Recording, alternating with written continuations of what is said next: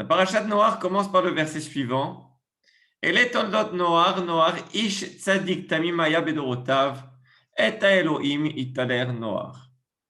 Ceux-ci sont les engendrements de Noé. Noach fut un homme juste et irréprochable entre ses contemporains.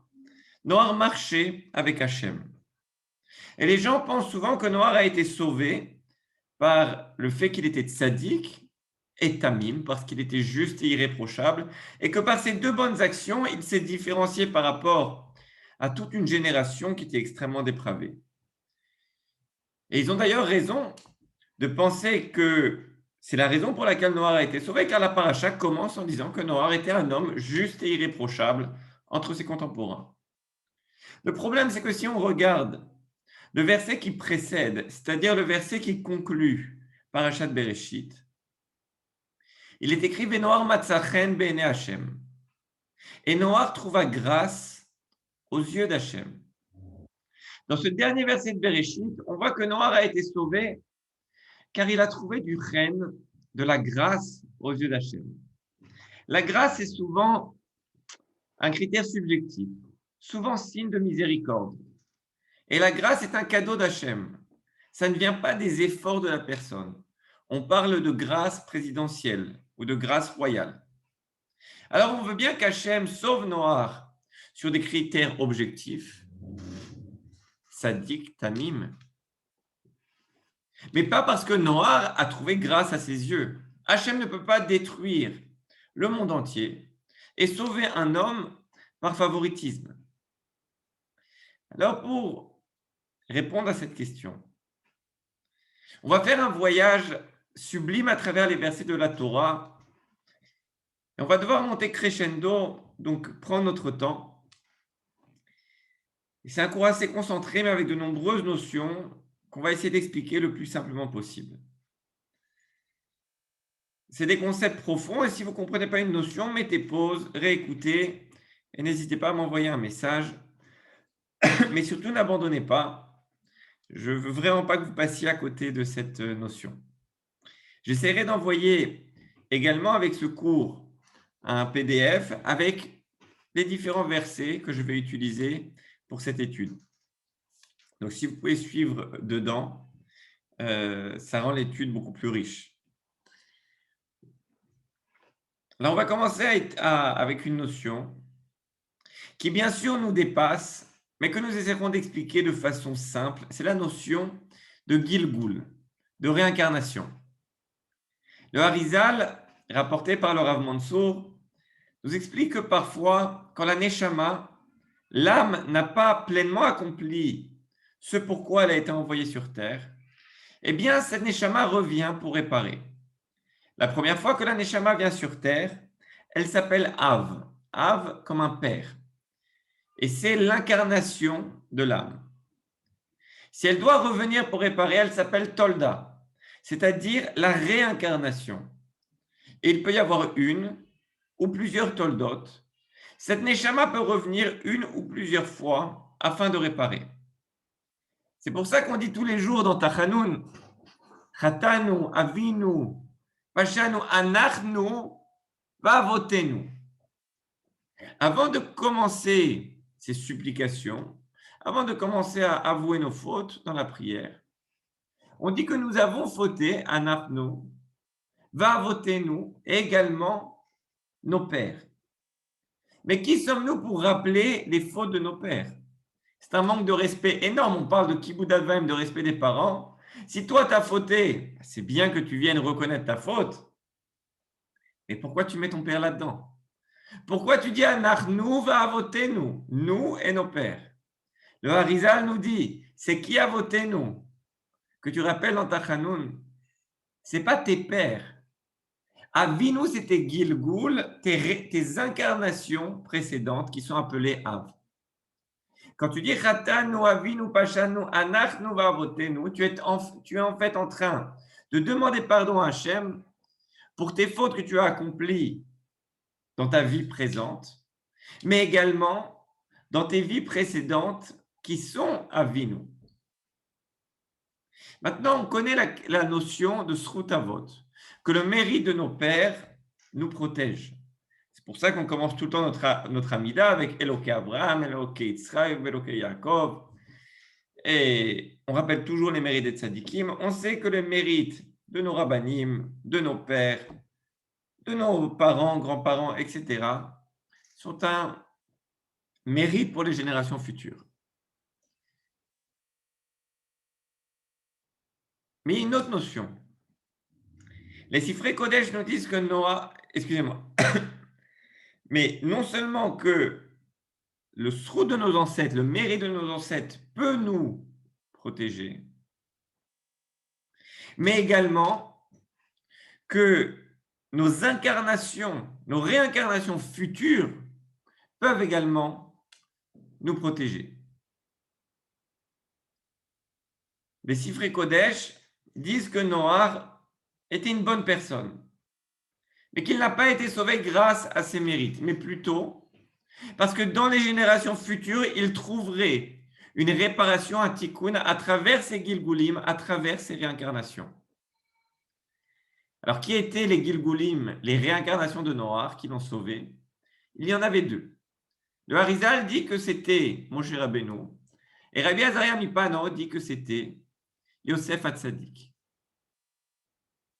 Et les deux idées sont fortes et sont vraies, on va les expliquer. Si l'on prend la fin de Bereshit et le début de Noach, la Torah nous dit, comme on l'a dit, Benoach matzachen bene Hashem. Noach a trouvé grâce aux yeux d'Hachem. Pourquoi? Pourquoi aurait-il trouvé grâce? Parce que Ele toldot Noach ish tzadik tamim aya. Parce que Ele toldot, parce que voici les toldot, les réincarnations futures de Noach. Nous avons dit qu'une tolda, c'est une réincarnation. Toldot, ici, est au pluriel car il y a deux tolda, toldot, qui le sauveront. C'est pour ça qu'il est écrit Ele toldot, Noach, ish tzadik tamim. Pourquoi est-il écrit deux fois Noach? Pour te dire que Noach est revenu deux fois. Une fois en tant que tzadik, qui est appelé tzadik dans la Torah, bien sûr Yosef Hatzadik, comme le dit Rabbi Azaria Mipano. Et tamim, ici, dans le sens de parfait, irréprochable, il s'agit de Moshe Rabbeinu. On va expliquer et creuser un peu plus. On va commencer avec Yosef. Le deuxième verset de Noach nous dit Veyolen Noach shlosha banim. Noach a engendré trois fils. Un ben, ça s'écrit bet nun, un fils, donc le ben. Bet c'est 2 et nun c'est 50, ça fait 52. La valeur numérique d'un fils est 52. Le verset nous dit que Noach a engendré trois fils. 3 fois 52. C'est combien 3 fois 52? 156. 156, c'est exactement la valeur numérique de Yosef, qui est Yud 10, Vav 6, Samer 60 et P 80. On peut donc lire le verset de la façon suivante Vayolen Noach shlosha banim. Noach a engendré, shlosha banim a engendré Yosef. De plus, on va voir qu'il y a des similitudes fortes entre Yosef et Noach. En tant que bon Gilgoul, Yosef viendra réparer une des deux erreurs qui sont reprochées à Noach. La première similitude forte entre Noach et Yosef se trouve au début du Sefer Shemot. On nous dit dans Shemot chapitre 1 verset 5 Vaï kol nefesh yotzeyer Yaakov shivim nafesh ve Yosef haya b'Mitzrayim. On nous rappelle au début du Sefer Shemot, toute la lignée de Yaakov était au nombre de 70. Et le verset nous dit et Yosef était déjà en Égypte. Pourquoi la Torah vient nous dire que Yosef était en Égypte? On le sait déjà. Les 4 parachiotes précédentes ne parlent que de Yosef. Et on ne peut pas passer à côté car Yosef était vice-roi d'Égypte. Rashi nous dit que c'est pour nous enseigner que bien que Yosef ait été en Égypte, une terre remplie de débauche et d'idolâtrie, et que malgré que Yosef ait accédé au pouvoir, Yosef est resté tzaddik, intègre, malgré son entourage dépravé. Ça rappelle fortement Noach, qui est resté tzaddik, malgré la génération dégénérée qui l'entourait.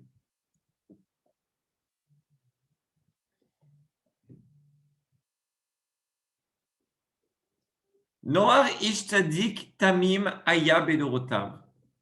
Noar était un homme juste, irréprochable entre ses contemporains, ce qui rappelle grandement Yosef.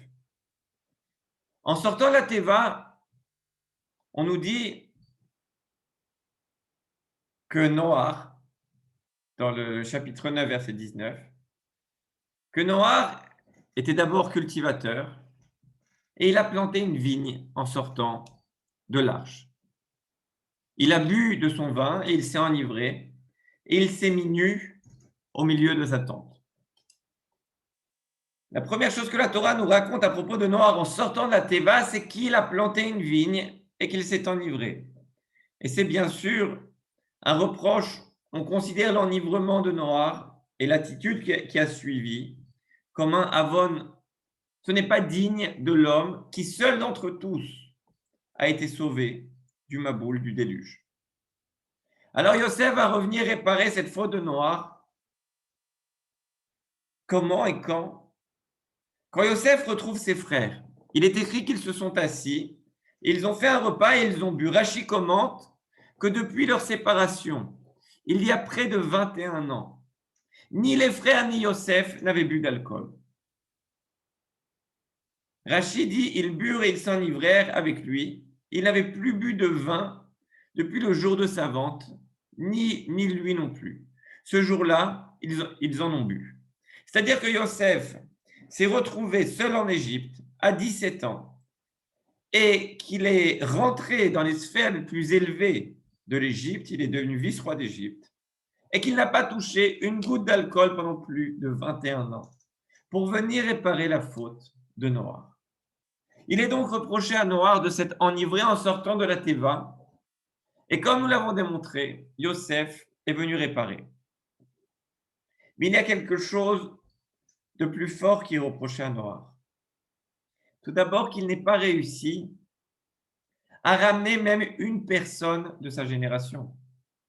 Imaginez, il a construit une Teva, un arche, pendant 120 ans, sachant que le monde allait être détruit. Et pendant tout ce temps, Noar n'a pas été capable de ramener une seule personne sur terre, à part sa femme et ses enfants. Il a fait un yacht pour lui, un énorme bateau, pour lui, sa femme et ses enfants. Mais il n'a pas ramené une seule personne à la raison dans le monde entier. La Gemara dans Sanhedrin, page 108, dit qu'il a essayé et qu'il faisait des reproches à la génération. Mais il semble que ça n'a pas été suffisant.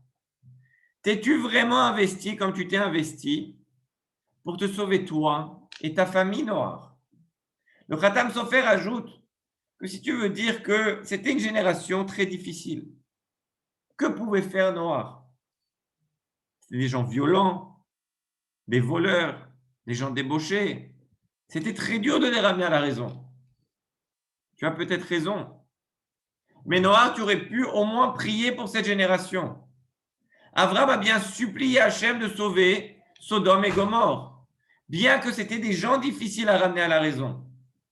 On sait Noar, que ce n'était pas facile de leur parler. Mais Noar, tu pouvais au moins prier comme Abraham. Abraham a prié de tout son cœur. Il est arrivé à Sodome et Gomorrhe. Abraham, c'était un champion du Kirouv. Mais il voit qu'il n'y arrive pas. Il supplie Hachem, il dit Hachem, je t'en supplie, si tu trouves même 50 juste dans cette ville, voilà, les ramener, j'y arriverai pas. Mais si tu trouves au moins 50 juste, alors sauve-les. Si tu en trouves 40, et 30, et 20, et il ne va pas abandonner jusqu'à 10, jusqu'à ce qu'Hachem lui dise Abraham, arrête.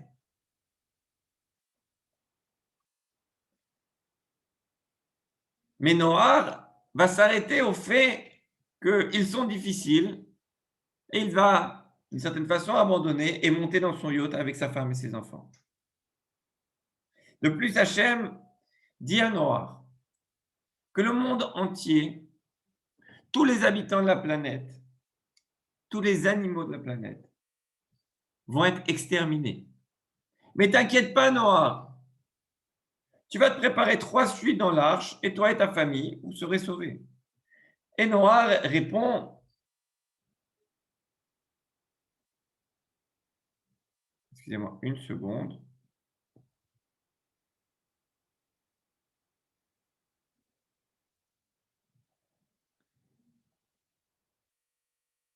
Et donc, excusez-moi, Akadosh Baruch Hu va dire à Noah qu'il va détruire le monde entier. Que fait Noah? Il répond pas.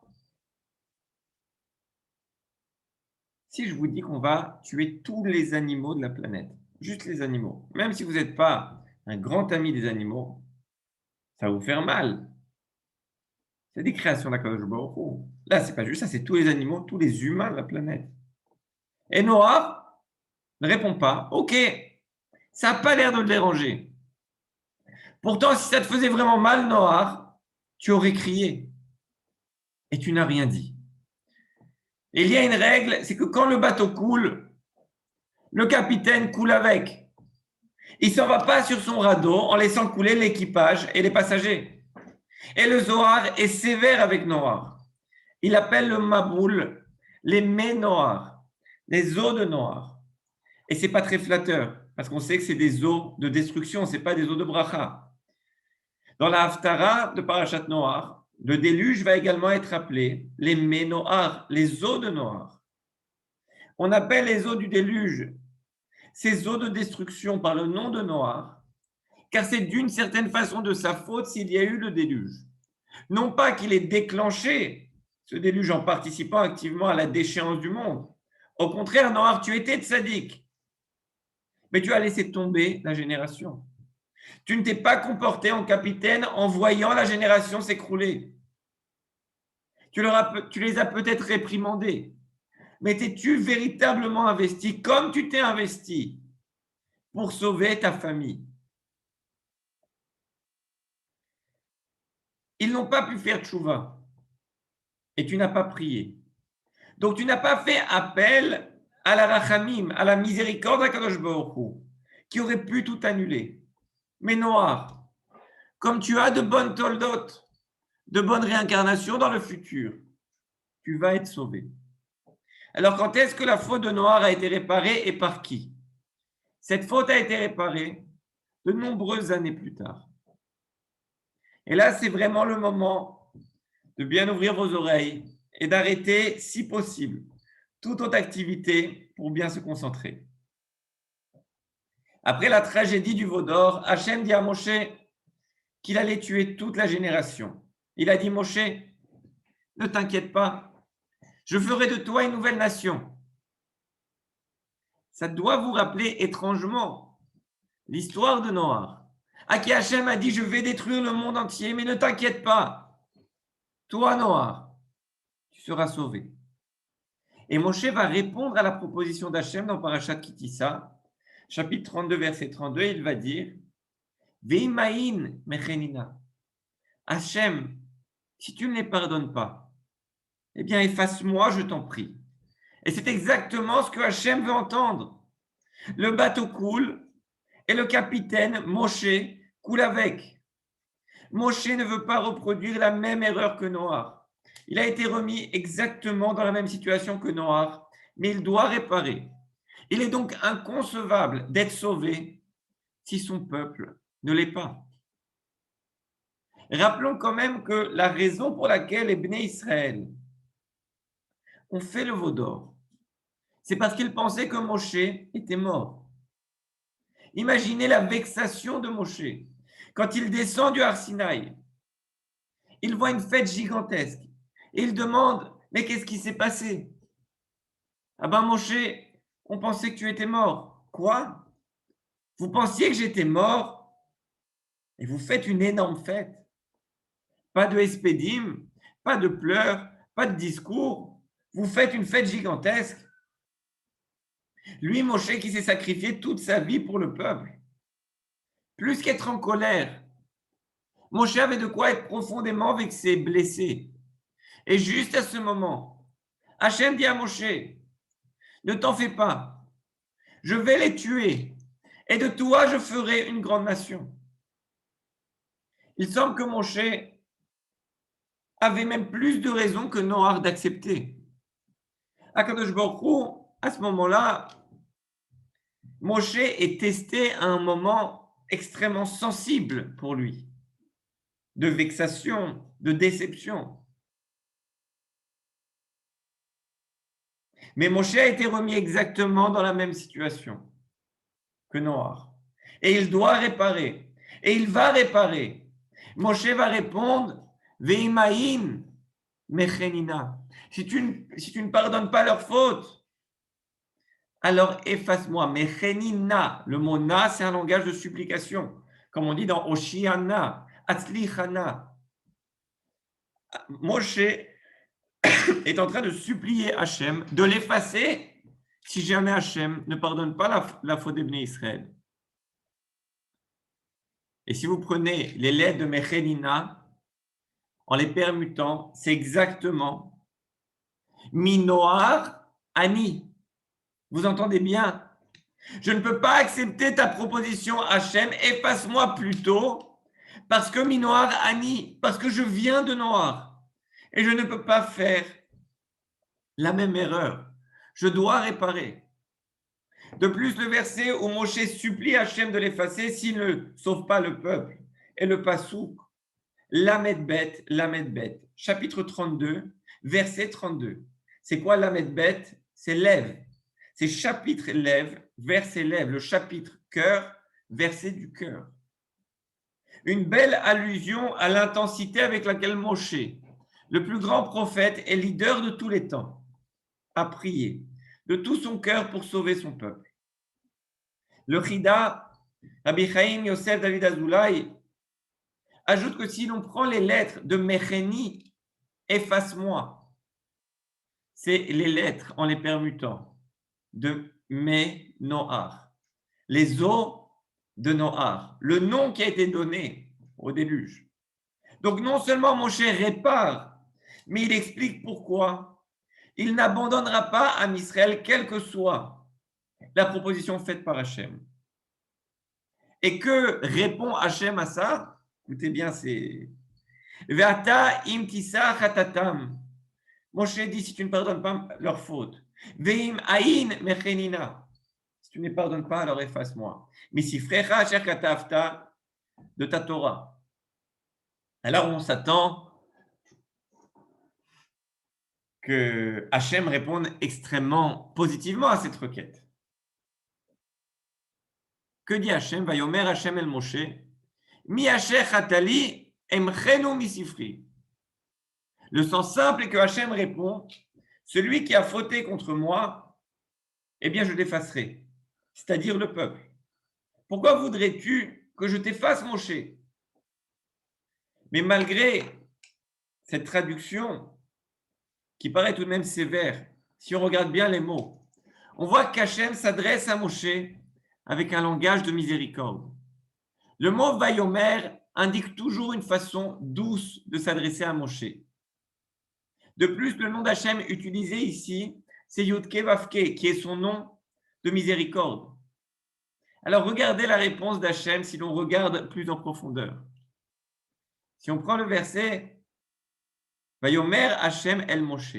Mi, c'est Mem Yud. C'est quoi Mem et Yud? C'est les lettres de Mem Moshe et de Yud Yosef. Le mot d'après, Asher.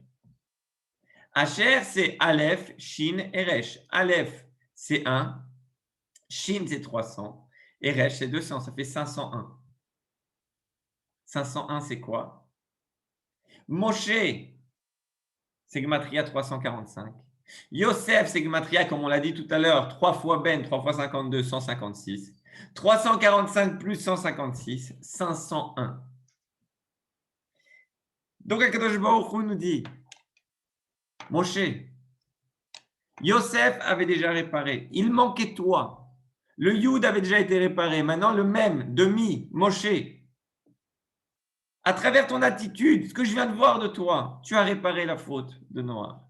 Donc, on a même et Yud, Moshe et Yosef en initial. Asher, Moshe et Yosef en gematria. Hachem est en train de dire par votre route à Yosef et Moshe. Chatali, celui qui a fauté contre moi. Qui est celui qui a fauté contre moi? C'est Noach. Noach, ça s'écrit Nun et Chet. Nun et Chet, c'est quoi? C'est gematria, 50 plus 8, 58. Ça, c'est Noach. On a dit Chatali, c'est celui qui a fauté. Chatali, c'est Chet. Chet, c'est 8. Tet, c'est 9. Yud, c'est 1, ça fait 18. Lamed, c'est 30, ça fait 48. Et Yud, 58. Exactement, Gmatria Noach. Emchenu misifri. Hachem répond à Moshe avec miséricorde, mi Asher, par le mérite de Yosef Hatzadik et par ton mérite, toi qui as été prêt à te sacrifier pour ton peuple. Alors, Emchenu misifri, j'effacerai de mon livre les fautes de celui qui chatali, de celui qui a fauté contre moi. Et on a dit que chatali, c'est Gmatria Noach. Par le mérite de Yosef et parce que tu viens de faire, Moshe, vous avez réparé la faute de Noach que je peux maintenant effacer. Emchenu misifri.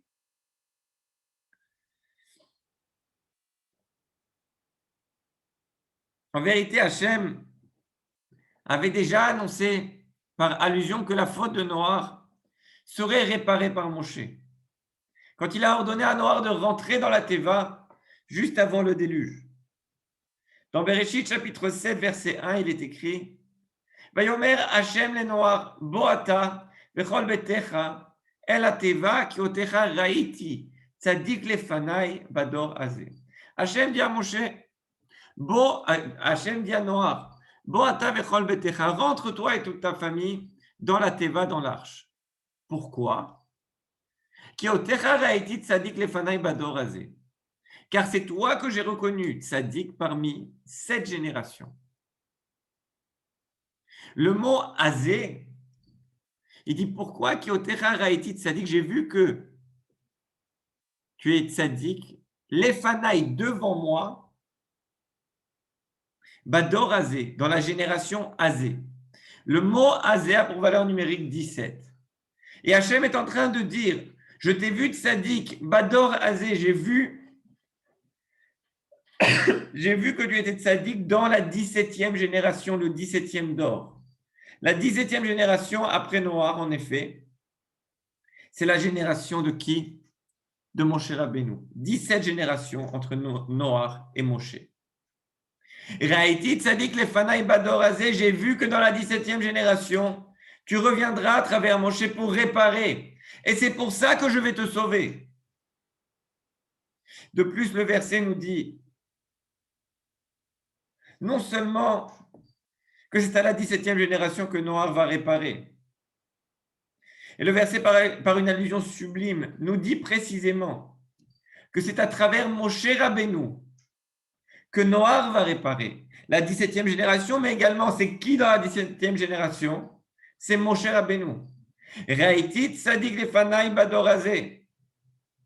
Tzadik Lefanai Bador Azeh, c'est exactement la gematria de Moshe Rabbeinu. 603. Tzadik Lefanai Bador Azeh, Tzadik c'est 204, Lefanai 170, Bador 212, Azeh 17, 603. Moshe c'est 345, Rabbeinu 258, 603. Le verset est en train de dire, rentre-toi et ta famille dans la Teva de Noach, tu vas être sauvé, car j'ai vu Moshe Rabbeinu qui viendrait réparer. J'ai vu Lefanai devant moi dans le futur. La 17e génération, j'ai vu Moshe Rabbeinu. De plus, à la naissance de Moshe, dans Shemot chapitre 2, verset 2, Yocheved, la maman de Moshe, dit en le voyant, Tahara Isha vatelet ben, vatere oto ki tov hu. Yocheved a conçu, elle a enfanté un enfant, elle a considéré qu'il était tov. C'est quoi ce tov? Tov a pour valeur numérique 17. Yocheved était la femme du Gadol Ador et la mère de Aaron, Moshe et Myriam.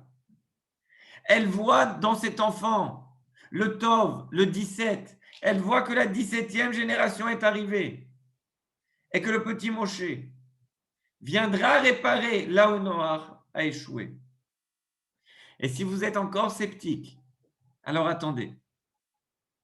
Vous ne vous êtes jamais demandé pourquoi Yocheved, pour sauver Moshe, l'a mis dans une teva, dans un panier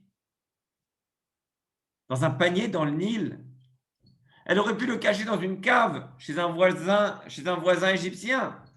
Des façons normales de cacher comme ça a été le cas durant la Shoah. Il y avait tellement de façons différentes d'essayer de sauver Moshe. Pourquoi est-ce que Yocheved, qui est une femme intelligente, elle met le bébé Moshe dans une teva, dans un panier, jeté dans le Nil, le fleuve qui est réputé pour être infesté de crocodiles. À la moindre vague, au moindre coup de vent, la teva aurait pu se retourner. Et comment le bébé Moshe allait-il se nourrir seul dans son panier au milieu de l'eau? Il ne va pas se faire un biberon. C'était la mort assurée. Prenez 1000 personnes et dites-leur de vous donner des idées pour sauver un bébé. Absolument personne ne penserait même à faire ce qu'a fait Yocheved. Mais Yocheved avait compris que la 17e génération était arrivée. Il était temps pour Moshe de réparer. Et que fait-elle? Elle met le bébé Moshe dans la teva comme Noach. D'ailleurs, qui sont les deux personnages dans la Torah qui ont été sauvés des eaux? Moshe et Noach. De plus, le mot teva est utilisé uniquement dans 2 cas dans la Torah. Pour décrire l'arche de Noach et pour décrire le panier de Moshe que Yocheved a placé sur le Nil. Tous deux sont appelés teva, tevat. Et ce sont les seuls à être appelés ainsi.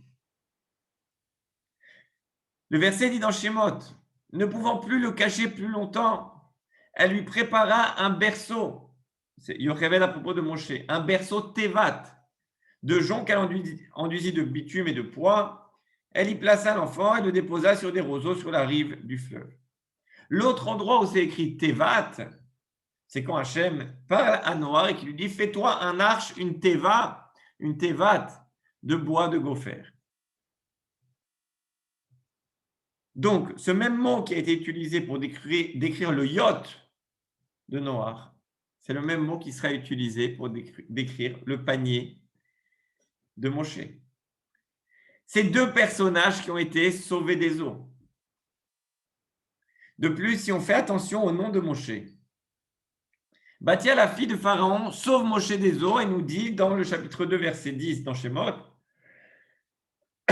Vatikra Shemo Moshe.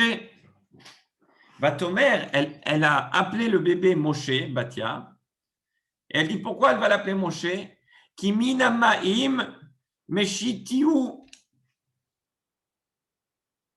Elle lui a donné le nom de Moshe disant parce que je l'ai sauvé des eaux. Bathia l'appelle Moshe car il a été sauvé des eaux. C'est donc d'une Égyptienne que Moshe reçoit ce prénom par lequel nous le connaissons tous. Moshe, c'est le plus grand rabbin de tous les temps. Et on l'appelle avec le nom que lui a donné une Égyptienne, pas avec le nom qui lui a été donné à sa naissance, alors que Moshe avait 10 autres noms des plus glorieux. Shemaya, Yekutiel. Mais vous voyez que personne n'appelle Moshe par ses noms. On l'appelle toujours Moshe, le nom qui a été donné par Bathia, l'Égyptienne. Mais Bathia, en lui donnant ce nom de Moshe, a prophétisé sans le savoir. Elle l'a appelé par son naissance, sa fonction. Moshe, car je l'ai sauvé des eaux. Et il gardera ce nom pour qu'il n'oublie jamais son tikkun, sa réparation, qu'il n'oublie jamais qu'il vient de Noach, celui qui a aussi été sauvé des eaux et qu'il doit réparer. Maintenant, si on regarde l'épisode du buisson ardent, dans Shemot chapitre 4, verset 10, il est écrit Vayomer Moshe el Hashem, bi Adonai, lo ish devarim anochi. Moshe, donc durant cette première rencontre au buisson ardent, on dit Hachem, je ne suis pas la bonne personne. Je ne suis pas un homme habile à parler. Lo ish devarim anochi. Gam mitmol, ni depuis hier. Gam mishilshom, ni depuis avant-hier. Gam me'az, ni depuis que tu parles à ton serviteur. Vous voyez déjà à quel point la formulation elle est lourde. Qui kevad épée ou kevad lachon anochi, car j'ai la bouche lourde, pesante, j'ai la langue lourde, embarrassée. Pourquoi Moshe dit tout ça? Je ne suis pas habile à parler, ni depuis hier, ni depuis avant-hier, ni depuis que tu parles à ton serviteur. Pourquoi Moshe dit tout ça? Qu'il dise juste que ça n'est pas un bon orateur. Et si c'est le cas, on imagine bien que ni hier, ni avant-hier, c'en était un. Moshe dit Lo ish devarim, je ne suis pas un bon orateur. Car à l'époque de Noach, il n'a pas utilisé sa parole. Il n'a rien dit à Hachem quand il lui a dit qu'il allait le sauver et faire périr le monde entier. Il le semble avoir utilisé sa bouche comme il le fallait, uniquement pour sa femme et ses enfants. Et qu'il n'a pas utilisé sa bouche pour prier pour la génération. Et c'est de là que venait son bégaiement. Et Hachem lui dit, va, c'est moi qui ai mis ce défaut, ce bégaiement sur ta bouche, pour te rappeler constamment ton tikkun. Sinon, pourquoi Moshe, le plus grand prophète de tous les temps, serait quelqu'un qui bégaye? Hachem a mis un signe sur sa bouche. Et comment Moshe a-t-il réparé? Avec sa bouche, en disant à Hachem de tout son cœur, Mechenina, avec la bouche, efface-moi, si tu veux effacer ce peuple. De plus, la Gemara dans Choulin, Kouflamet tête à Moudbet, elle pose une question curieuse. La Gemara demande Moshe Minatora Minaïn. Où y a-t-il une allusion à Moshe dans la Torah? Mais Moshe est écrit partout dans la Torah. C'est le personne le plus cité. De Shemot à la fin de Avezot Abracha, il est partout Moshe. Il a le premier rôle.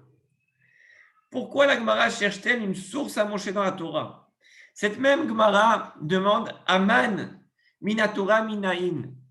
Mordechai Minatora Minaïn. Où y a-t-il une allusion à Mordechai dans la Torah? Où y a-t-il une allusion à Aman dans la Torah? Et c'est des questions légitimes parce que ni Mordechai ni Aman ne sont écrits dans la Torah. Mais Moshe est écrit partout. Pourquoi la Gemara demande-t-elle où y a-t-il une allusion à Moshe dans la Torah? Et où trouve-t-elle cette allusion? Dans un verset très curieux, un verset dans Bereshit qui parle de Noach, chapitre 6, verset 3. Le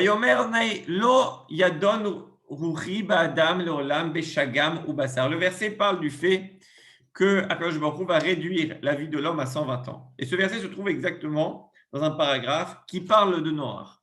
Là-bas, le mot Beshagam, un mot Beshagam là-bas, la Gemara nous dit là pour Gematria 345, c'est égal à la Gematria de Moshe, la valeur numérique de Moshe.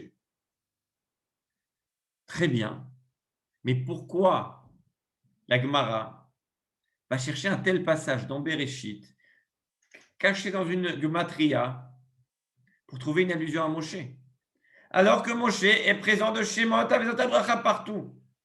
C'est car l'essence de Moshe se trouve dans Noach. Et donc la Gemara demande Moshe Minatora Minaïn. Elle cherche à savoir où se trouve l'essence de Moshe. Et elle répond avec une paracha relative à Noach. Car où se trouve l'essence de Moshe? Dans Noach, justement. Petite cerise sur le gâteau, regardez. Dans le chapitre 16, verset 15 dans Bereshit, Akadosh Baruch Hu s'adresse à Noach, il lui donne les mesures de l'arche. Voici la teva l'arche devra faire 300 amot, une mesure de long. 50 ama chorba, 50 de large et 30 de haut. Pourquoi la Torah nous décrit les mesures de l'arche? Est-ce que c'est tellement important pour que dans chaque génération et chaque année, on réapprenne ça? Parce qu'ici, regardez bien, on nous a dit ça doit faire 300 de longueur, 50 de largeur et 30 de hauteur. 300 en gematria, c'est la lettre Shin. 50, c'est la lettre Nun. 30, c'est la lettre Lamed. On a donc Lamed, Shin et Nun. C'est quoi Lamed, Shin et Nun? C'est les lettres de Lachon, la langue, la parole. Hachem veut dire à Noir que toute la raison pour laquelle tu dois construire la Teva et que le monde va être détruit, c'est parce que tu n'as pas ouvert ta bouche pour prier. Et tu n'as pas contesté quand Hachem est venu t'annoncer qu'il allait détruire le monde. C'est pour ça que Lachon ici est écrit sans vav, car c'est un Lachon chasser, car Noir n'a pas parlé ou prié quand il aurait dû. Alors que Moshe, dans un amour, une abnégation totale pour ses frères, ira jusqu'à se sacrifier pour les sauver. On peut désormais comprendre pourquoi Moshe a brisé les tables au moment du veau d'or. Le Midrash nous dit dans Shemot Rabbah 46.1, il nous dit que quand Moshe a réalisé que Hachem voulait détruire les Bnei Israël suite au veau d'or, Moshe a associé son propre sort à celui des Bnei Israël en brisant les tables de la loi. Il a dit à Hachem, écoutez bien, ils ont fauté certes, mais j'ai aussi fauté en brisant les tables. Si tu les pardonnes, alors pardonne-moi aussi. Mais si tu ne les pardonnes pas, si tu ne les pardonnes pas, alors efface-moi, car moi aussi maintenant j'ai fauté. Moshe avait passé 40 jours seul avec Hachem. Il était à des niveaux de sainteté que l'on ne peut pas imaginer. Son visage était tellement lumineux qu'il devait le couvrir. Mais ça ne l'intéresse pas d'être un saint si son peuple s'effondre. Ça ne l'intéresse pas d'avoir le titre, pourtant très glorieux, de seul parmi sa génération à ne pas avoir fauté. Il préfère jeter toute cette kedusha, toute cette sainteté par terre, à travers les tables. Si son peuple n'est pas pardonné, il coulera avec eux en se mettant à un niveau comparable de faute. Le Midrash dans Bereshit Rabbah 36.3 nous dit d'ailleurs que Noach, lui qui est resté protégé dans la Teva, dans son arche, alors que le monde coulait, est introduit en tant que Ish Tzadik, un homme sadique, au début de Parashat Noach. Puis il descend de ce statut pour être appelé Ish Adama, un homme de la terre. Alors que Moshe, qui a quitté le palais royal pour sauver ses frères, et qui s'est dévoué pour son peuple tout au long de sa vie, est appelé initialement Ish Mitzri. Et il progressera durant toute la Torah pour être appelé dans Vezot Abracha, Isha Elohim, l'homme de Dieu. Noach aura passé 120 ans à construire une Teva pour sauver sa vie et celle de sa famille. Alors que Moshe vivra 120 ans exactement pour protéger et guider son peuple. De façon plus contemporaine, il y avait un homme qui s'appelait le Rav Elchanan Wasserman, qui était arrivé aux États-Unis au moment où les nazis ont envahi l'Europe. Un rabbin d'une dimension extraordinaire. Ses étudiants en Europe étaient menacés par la Shoah et ils n'avaient pas le luxe, la reconnaissance pour pouvoir fuir aux États-Unis. Tout le monde à l'époque cherchait refuge aux États-Unis. Et pourtant, Rav Elchanan Wasserman va retourner en Europe pour être avec ses élèves. Et il sera fusillé par les nazis avec eux. Avant d'accompagner ses élèves au peloton d'exécution, il leur fera une dracha sublime sur la mitzvah de mourir al Kiddush Hashem. Le bateau coule, le capitaine coule avec.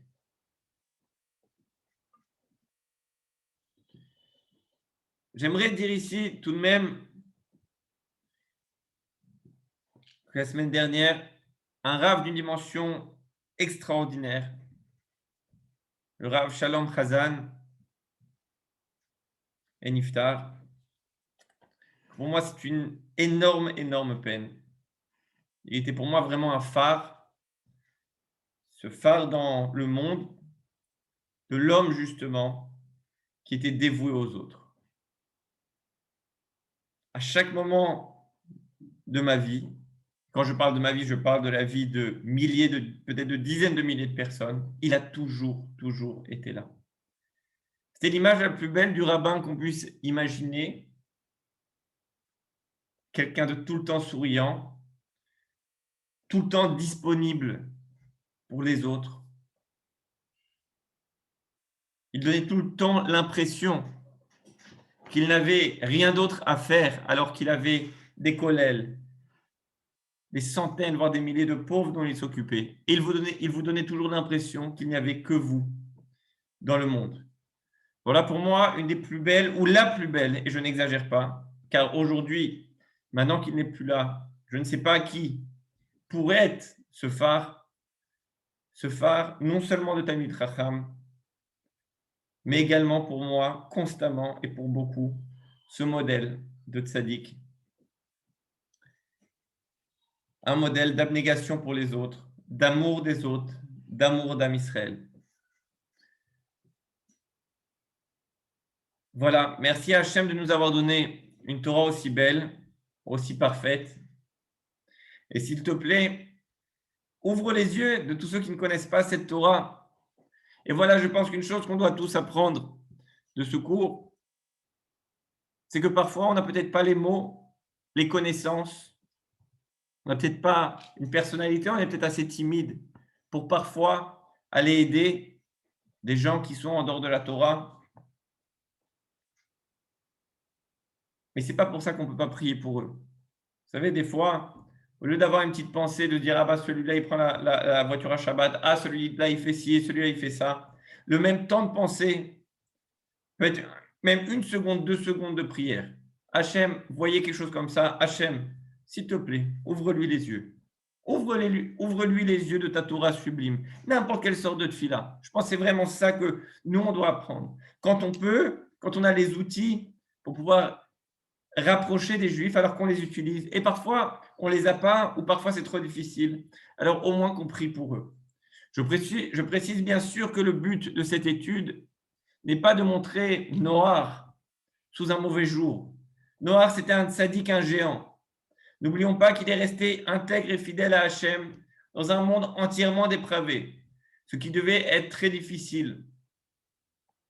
Seulement la Torah veut que l'on analyse et que l'on apprenne des erreurs de nos ancêtres pour ne pas les reproduire dans les générations futures. L'étude nous amène à analyser les choses en profondeur, mais en aucun cas, nous devons nous convaincre que nous aurions mieux agi que Noach dans la même situation, tout en nous inspirant de l'attitude grandiose de Moshe Rabbeinu.